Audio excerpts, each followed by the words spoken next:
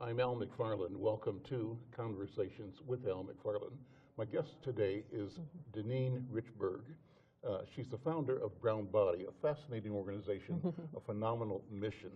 Uh, Deneane Richberg grew up as a competitive figure skater, spending time in spaces where she felt she had to check her racial and cultural identity at the door, as the world of competitive skating was immersed in an ideology that excluded her ancestry's truths.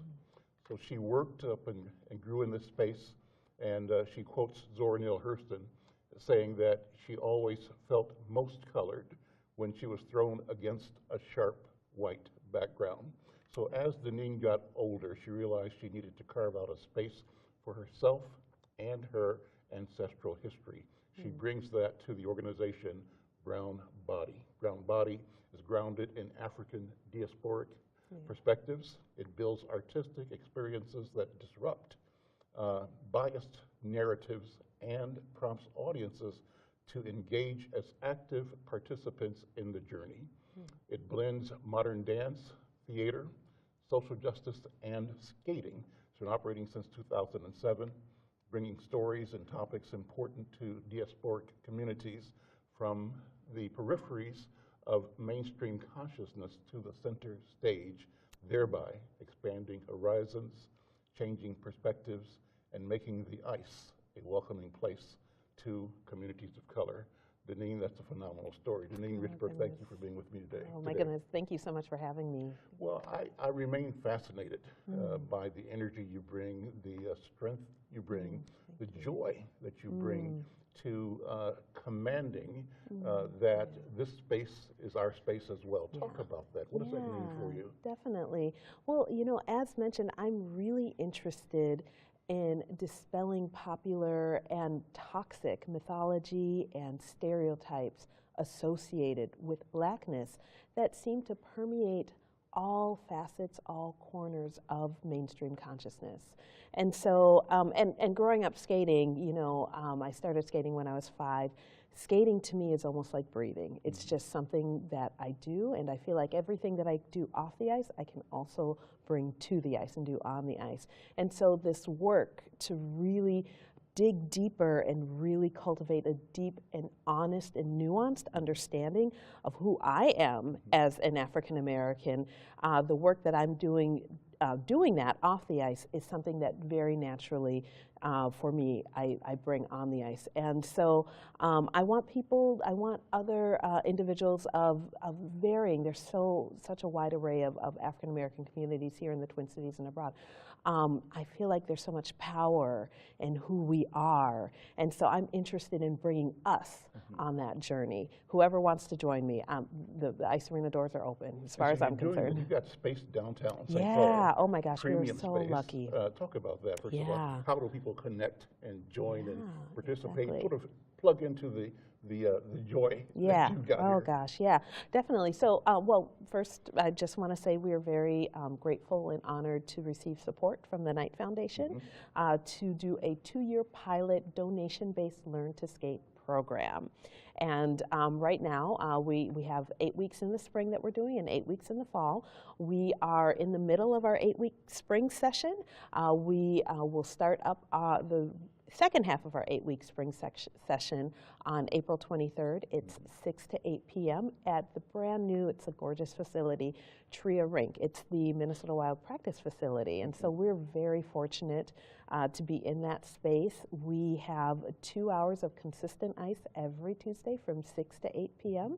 And if people are interested, they can definitely go on our website, brownbody.org, and register. What's the range of people that can get involved? Is it for kids? Is it for adults? Who's it for? Yeah, that's a great question. So 4 and up. If you can stand, you can skate, pretty much. Yep, exactly. 6 to 7 is for the 4 to 12-year-olds, and 7 to 8 is for 13 and up. However, we do understand, it's sometimes people can't get off of work in time to get their kids there, so we make it work. Come whenever you can. We're having a lot of fun, and we're really fortunate to have all Black instructors, all Black professional figure skaters instructing Do these you have lessons. to work to undo mythologies in our people? Yes. Because, you know, I'm from Kansas City, good winter, and there was some ice skating that my relatives did. But when we moved from Kansas City to Minnesota, ice skating became a big, big deal because it's so cold and there's so much ice, right? Yeah. And so it's wonderful to have the ability to learn and to enjoy the exhilaration that ice skating brings to you. But what kind of myths and barriers are internal, self-imposed? What have you found? Definitely. Well, representation is always key because there are relatively few, at least within figure skating and hockey and speed skating, relatively few black folk represented in kind of the more visible aspects of those sports. Oftentimes that sends the message that, okay, this is not a space that is intended for black folk. And unfortunately, growing up, I did receive that message pretty loud and clear frequently while I was enduring, or I shouldn't say enduring, but while I was going through my competitive career. You know, after judges and coaches and officials saw me and saw that I wasn't going to go away, things began to change. And I do have to say, not everybody was negative. There were some really amazing and beautiful folk and beautiful spirits around me while I was growing up and competing that, you know, helped me and encouraged me to keep going. But there was definitely that energy within kind of that traditional figure skating space that was, you know, that it was challenging and difficult for me to deal with. So, when did you develop the love for ice skating personally? You started when? And how did you start? Did your mom push you, your dad push you? Or what happened that got you on the ice? So this is a great question.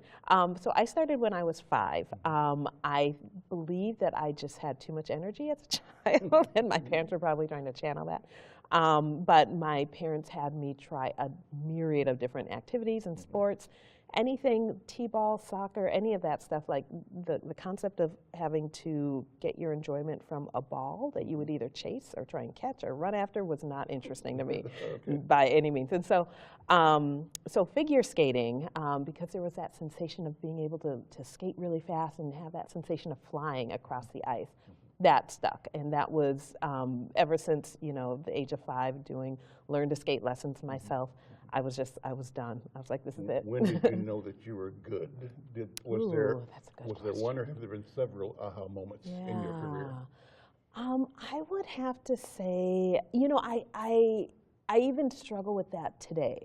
You know, I don't know what it means to be good. You know, or but I know that I just deeply connect with the experience of being on the ice, and when I feel like I'm kind of in an emotional and almost spiritual alignment with, if it's that I'm doing choreography or when I was younger, when I was jumping or spinning, when things align and it just feels like it's what I'm supposed to be doing and it's the right thing, and I just get an immense sense of gratification from it.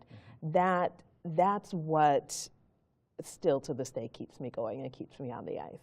So I would call that kind of a cosmic alignment, right? Yes. And so it's when everything sort of is harmonic and attuned.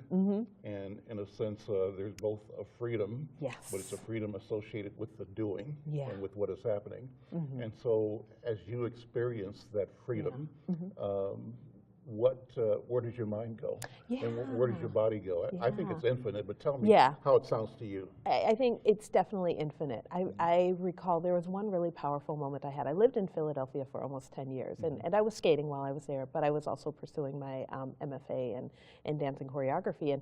And it was one of the first times when I'd started to bring some of the compositional and choreographic aspects that I was learning in school to the ice, and it like blew open the bounds of skating for me. And I was having a spiritual experience. I remember I turned on some music. I think it was Astor Piazzolla, a tango, a Liber Tango, I think that's what it was. And I was just gone. It's like, I almost felt like I had an out-of-body experience where I was just moving to the cadence of the music, and my body was doing this movement and this footwork that I wasn't even thinking about. It was just doing. It was just happening. And And so that, and I'm really grateful and fortunate to be able to have those moments when I get on the ice, to continue to have those moments. And so how does that experience, how do those moments translate into instruction for our people? Yeah. Instruction towards liberation, instruction towards freedom, instruction towards understanding that dignity is at the core of our existence. How do you say that? How does it come out to you? For me, it's being given the space to be a human being with black skin. I, especially living in Minnesota, I'm just going to say this, I feel like 90% of the time I have to walk with a strong understanding and a realization that I am black, and that my mere existence and everything that I have to contend with and navigate is always in opposition to, or taking into consideration another cultural way of being that is not mine. And so I can't have those it's challenging, I guess I should say, for me to have those transcendent experiences when I'm always thinking about, okay, or I'm always just having to be aware of, you know, okay, I am a little bit on the outcast, I'm a little bit on the outside, I'm a little bit this, I'm a little bit that, because the double consciousness. Yes, right? it's Du Bois double. I mean, 2019, it's still relevant, and I really pray and hope that one day that won't be relevant. Here's what I think, Deneane. I think that it won't be only when you have succeeded and we have succeeded in being our full and true selves. And so that means that there's a battle that's unfolding, and it's ahead. It's one that we've come from, and one that we're heading towards as well. It's one that we're in right now, and that battle is the battle to claim and live and thrive as authentic and genuine, fully formed human beings. Exactly. In an environment that attempts to deny and rob us of the joy and beauty and luxury of who and what we are. Does that make sense to you? That makes perfect sense. And so the fight doesn't end, but it's a fight worth fighting. Exactly. And I really firmly believe that it starts, you know, we only have so much power. So, or there's only so much change that we can incite on our external world, and that we really need to start internally. And I feel like the more I love and experience gratitude for the multidimensional whole human being that I am, the more I'm kind of armed to exist within these spaces that are doing exactly what you just said. So I just want to create a space through the artistic work, through our Learn to Skate lessons, we're starting an embodied training process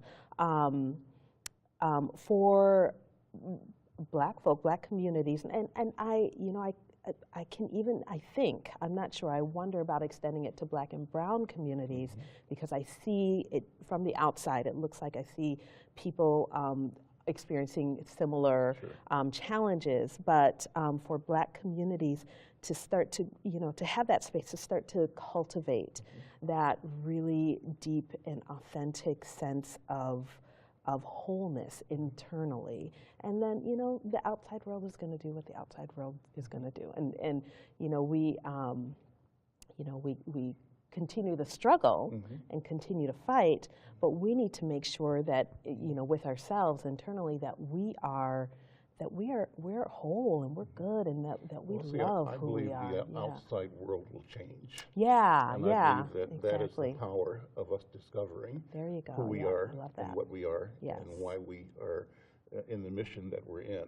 And that gives us more fuel and more energy to compete, and to move with a certain joy that is infectious. That is the change agent. That's what I think it is anyway. I completely agree 100%. And I really feel like, the treasures that exist within us all that I just see continuing to get undermined or dismissed by, a space that doesn't really even know how to appreciate and how to perceive a Black human being. it breaks my heart. And so I'm like, okay, let's really kind of mine the treasures and the beauty and the resources that naturally and instinctively are within us. And we're down to less than a minute. Okay. It goes so I've quickly. got, Deneane, two things, the word, the name, Brownbody, Yeah. and what's coming up very soon that you want people to Exactly. plug into. Perfect. I'm going to start with what's coming up very soon Sure. because I will go off and I won't have that. So we are very fortunate to be co-presented by the Walker Art Center and Northrop in a performance coming up April 25th and 27th. We're presenting a works in progress or works in development 25 to 30 minute excerpt of a larger piece called Tracing Sacred Steps, where we are looking at 17th through 19th century Black social dance, and we're starting with ring shout. So we're bringing that onto the ice. And again, it's a works in progress, but really excited to. Where will it be? It will be, so April 25th will be at Breck Anderson Ice Arena at 4 o'clock, and April 27th will be at Charles M. Schultz Highland Ice Arena in St. Paul at 5 o'clock. And tickets are free. So I really want, I just want to eliminate the financial barrier. There are times when I want to go to shows and play and I'm just broke as a joke and like calling on favors. And so, but we do require that people reserve their tickets on our website, brownbody.org, because seating is limited. Super. So, And the name Brownbody, it's a wonderful Brownbody, name. yeah, definitely. So funny, that actually, a friend of mine and I were, we were, years ago, we were going back and forth like, if we had an organization, what would we call it?